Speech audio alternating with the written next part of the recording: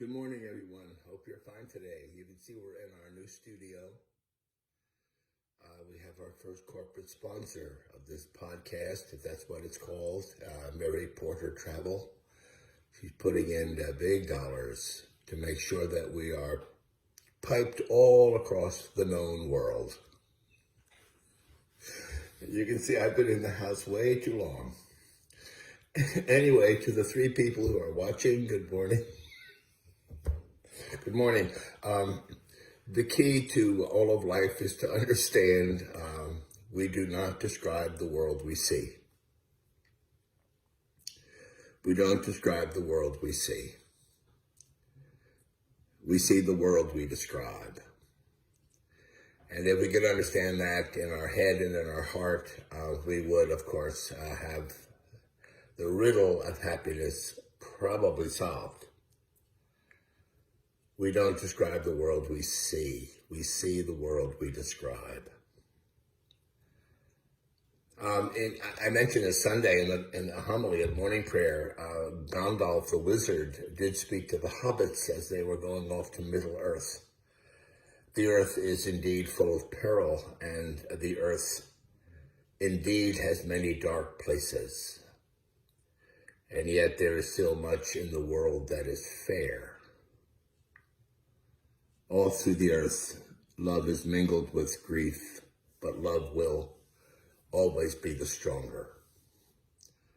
We learn language and we learn worldview from others. Very few of us invent the language ourselves. We speak what we've learned. And people have taught us that the world is perilous, and only that. And it's every person for him or herself, and you better watch your back. Now, there are times when that's true, but as a default, or the world has many, not just dark places, but as we said Sunday, dwelling places, where God is, and where life is, and where love is, and where truth is, and where honesty is. Sometimes we're overwhelmed by the depravity we see around us. Sometimes we're disappointed with our own complicitness and some of the complicity in this. But we do learn the worldview, our worldview from others. And I mentioned not long ago in one of these Facebook things about Helen Keller that she had written her first piece of literature, if you can call it that, at 11 years old, at the Perkins School for the Blind, when she had read a book in Braille 3 or 4 years earlier, and she entitled her little piece of Frost Fairies. It was the life of Jack Frost. and it had resembled very, very clearly the work of a previous child's author, the Frost King. And of course, the publishers of that Frost King immediately said that she had plagiarized the work. And of course, the Perkins School, not liking the adverse publicity, because she was by this time a notable person, this deaf, dumb, and blind young girl. She's a plagiarist. She stole another person's plot. And Mark Twain just was livid. And he was her champion all through her life and his life. He was her champion. And he just said that we don't invent language. We learn it from others. And of course, she read a book when she was small in Braille. And now she's expressing herself. Because we don't invent slogans. It's really, really a powerful thing, I think. How do we describe our world? We describe our world with language. We describe what we see in language. We see what we describe. The single most fundamental face of the human intellect is language. If you grow up in a Spanish-speaking home, you speak Spanish. If you grow up in a Creole home in Haiti, you speak Haitian Creole. Language is the way we choose to exercise our power. our power to change understandings. Language is how we express what we understand. And it can be used as invitation and can be used as weapon.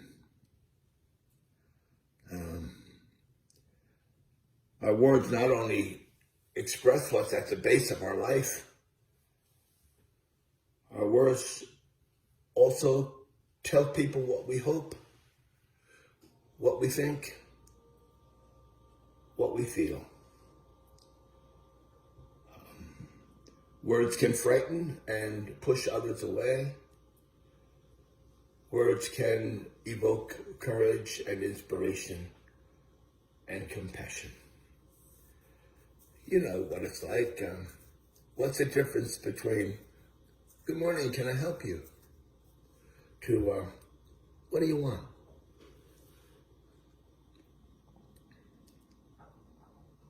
Here's a fact which I think we may not quite understand. In fact, I wasn't sure I understood it for a long time. We store negativity. Our souls store negativity. They don't store positivity. You're an idiot. Lasts a lifetime. I really appreciate what you said. It's very short-lived. That's why affirmation must be given over and over and over again. Why we have to express I love you over and over and over again. I appreciate you. I thank you. You know, there's a wonderful trait about leadership.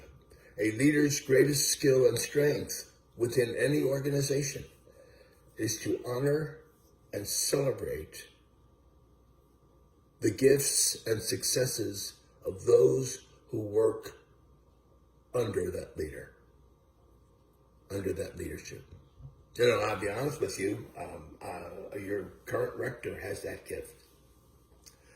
And that's a very important thing for the health of an organization, the health of a community, that Bill Murray is able to congratulate himself on the gifts of others and congratulate them as well. It's really important. Our words not only express what it is at the base of our life, that little quarter second, our words also tell people what we hope and what we intend. And they reveal what is in us. That's why sometimes if you over imbibe in alcohol and bitterness comes out or insult comes out, you'd say, well, that was just the alcohol talking. Well, actually, not really.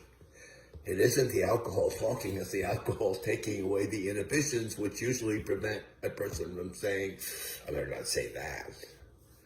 Boy, you look fat today. Oh, why didn't you say that to her, to him, to it, to that child? How did you say that to that child? Well, I was a little tipsy. Oh, really? It's really interesting.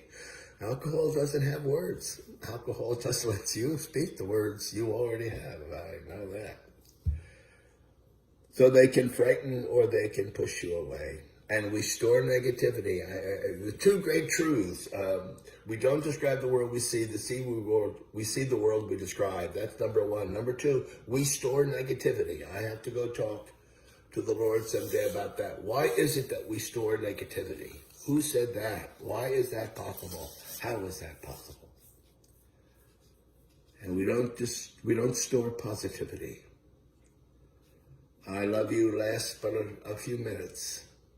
I think you're a moron in any way that can be expressed, and the more viciously the better. The barbed tongue, the quick wit, the put down, right at the ready, that stuff lasts forever. Language is the way we create story in another person. Because to be honest with you, we all tell stories. We all are stories. Now, I don't mean to say we're all storytellers, because that's a gift some people have, to be a storyteller. But we still tell stories. Everyone is a story. That's why journalism is always so fascinating, because all they do is find the story. Cursing is interesting, calling down punishment on an enemy. That's really what cursing is. Oh, don't curse. Well, sometimes cursing in our parlance is just to use a crudity. We all know what they are. Something culturally unacceptable. But cursing in biblical terms, cursing in grace terms, is really to curse down on someone God's punishment or fate's punishment or karma, and to expose someone for failure and disappointment. Language can be over the line and it can be unacceptable. Oh, he's so crude. I can't stand him. He did nothing but vilifies. But you've had that. Sometimes you have it in leadership. When I was teaching ethics about the power of language and cursing and swearing and the morality of speech, I used to ask the students to go to the dictionary and open up the word black and white. Now that distinction did change the life of Malcolm X, the civil rights leader in New York City, Malcolm X. Very misunderstood man, a very, very good man. And I think the role he played in the civil rights movement has been significantly overlooked. But the first definitions of black in Merriam-Webster are, of course, about the color black, or the lack of color in black. A black page, a black manuscript. But the fourth definition is black, dirty, soiled, absence of goodness, evil, wicked, sad, marked as negative and harmful. Students were always amazed at that. But white, without blemish, innocent, free of moral defect, pure, unsullied, harmless. That's kind of at the movement of Black Lives Matter. Let people have the freedom to express themselves in a light that is now favorable. We don't have to say, oh, lives matter. Well, of course they do. But let someone celebrate the giftedness of a new discovery. And let them try to teach another person that this is the discovery, that Black Lives Matter. The way, of course, we make changes is to change our language. If we do feel that the world is full of dwelling places, we will start to use language which will express that. Especially with children. They're urging us not to use language which shuts down the imagination of children. A teacher creates in the classroom for any student, whether they be preschool, elementary school, middle school, upper school, the ability to imagine. And so can't, won't, shouldn't, don't. Those words are shutdown words. Sometimes they're important. Hey, don't do that. Don't touch that, of course. But you shouldn't think that way. Oh, really? Why? Why? Often negative people use questions which beg negative responses, and they do control you. For example, I wouldn't think that's a very bright idea, do you?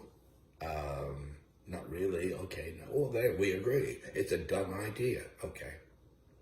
We do not describe the world we see the world to describe, and negatives are stored. You idiot will last a long time. And I could say it worse than idiot. You last a long time. You are wonderful. You are wonderful. Last just a short period. That's why affirmation must be given over and over and over again. Maybe we should talk about the power of positive thinking. Who came up with that? Be well. Be well. Goodbye, my 3 viewers. I love you. Bye.